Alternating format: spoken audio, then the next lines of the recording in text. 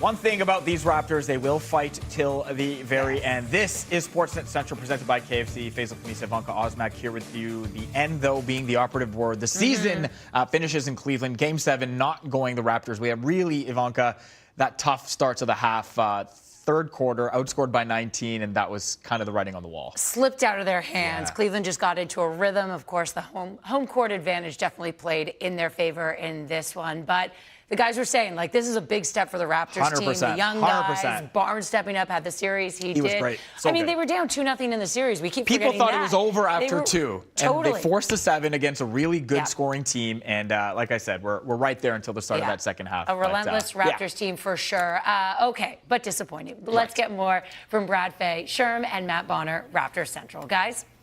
Hey, thank you very much. And until further notice, Cleveland remains the place where Raptors playoff dreams go to be extinguished. It's 0-11 now. It's unbelievable. And the first 7 of those were LeBron James. You write that off, but 4 in this series. And other than Game 5, Cleveland full value for all 3 of the wins in terms of pulling away easily. Matt, we talked about, as they mentioned, the third quarter. But halfway through the second, when the Raptors, you looked up and they were up 6 or 7, and you're like, how can they not be up more? They were completely in control. And then the Cavs went on that run to close the half, and more importantly, the run to start the third. Exactly. And for the last time this year, you're going to hear me say it, it's a 48-minute game, and those lapses are the difference between winning and losing. You mentioned the ones one at the end of the half that carried over to start the third quarter. The Raps did not come out as intense and as sharp as we saw in the first half, and Cleveland took full advantage of it, capitalizing on some careless Raptors turnovers and pounding them on the offensive glass. And Jarrett Allen just took the game over, Sherm.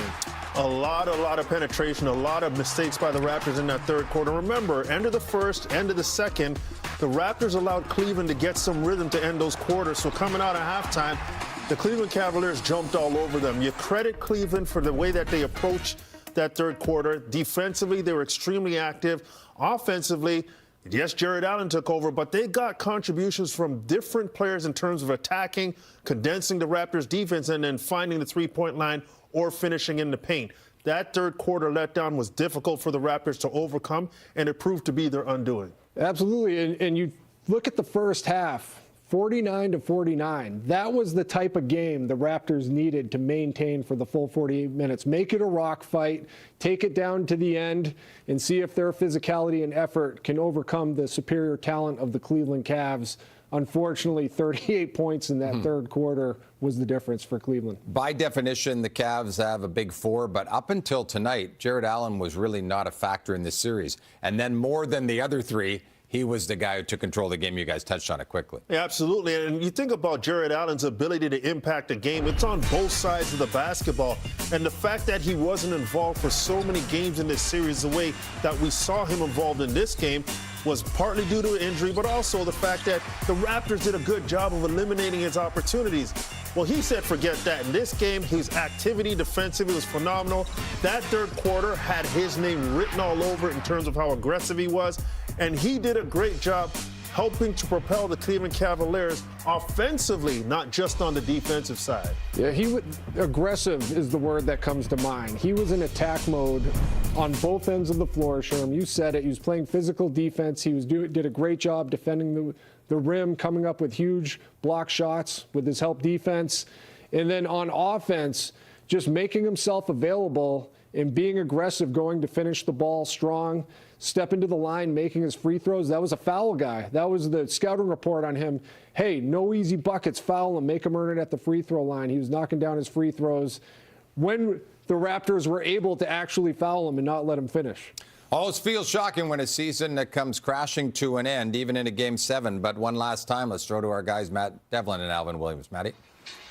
All right, Brad, as the panel mentioned, you go back to that third quarter, and the Toronto Raptors only 19 points. They shot 25% from the field, and you think back to Game 1, the Raptors were hanging around in this series, and then that's when the Cavaliers took over, outscoring the Raptors in the third quarter of Game 1, 36 22. They were able, the Cavaliers, to duplicate that performance here tonight. Yeah, and it started in that third quarter with the energy, the effort, and things that we've seen the Toronto Raptors do to their opponents and keep them in games and help them win games.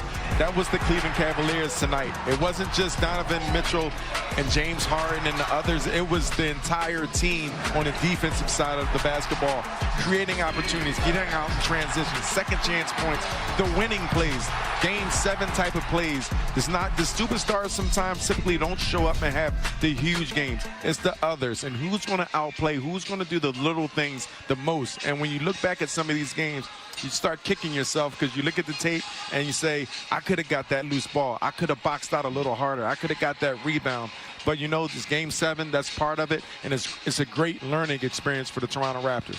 And certainly they were on the other side of experience, not only in this series, but then also for Game 7s as well. And you look back over the course of this season, and I know it's a disappointing finish for the Toronto Raptors here in Game 7, but this was the third youngest team in the postseason.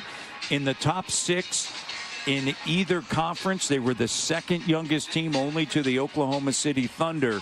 And you have to be extremely excited about the step that the Toronto Raptors took this season. You go back in history, 2014, and you think about the Game 7 loss. Kyle Lowry, DeMar DeRozan against Brooklyn. That was in Dwayne Casey's third year. This happens in the third year for Darko Rajakovic, and we know what happened in 2014 in the great run that was put together.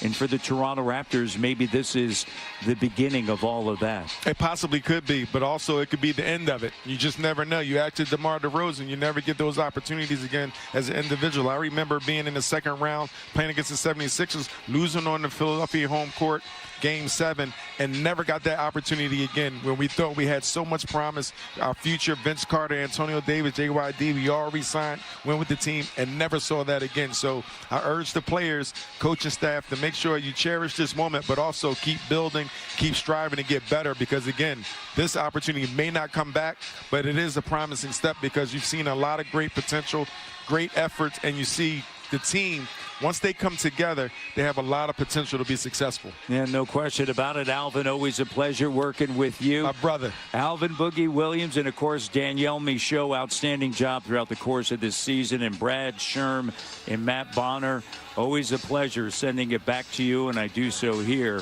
as the Toronto Raptors, Game 7, they lose in Cleveland. Back to you, Brad. Guys, safe travels back from Cleveland. So, taking a look at how it all developed this year, I think the Raptors, you would say, are a little bit ahead of schedule in most people's minds. 16 more wins, Sherm, than they had last year, a top 6 spot, which was the goal, but still an achievement. And then take Cleveland to 7 without 2 starters much of the way. That's pretty impressive. So what's the big takeaway for you in terms of where they went from last year to this year and now to next year? Oh, there's a lot of positives when you talk about the Raptors season, and I'm not going to be a prisoner of the moment. Yes, it doesn't feel good. The Raptors lost in Game 7. Their playoff ends tonight. But, however, this season has been phenomenal when you think about the Raptors in terms of the 46 wins, the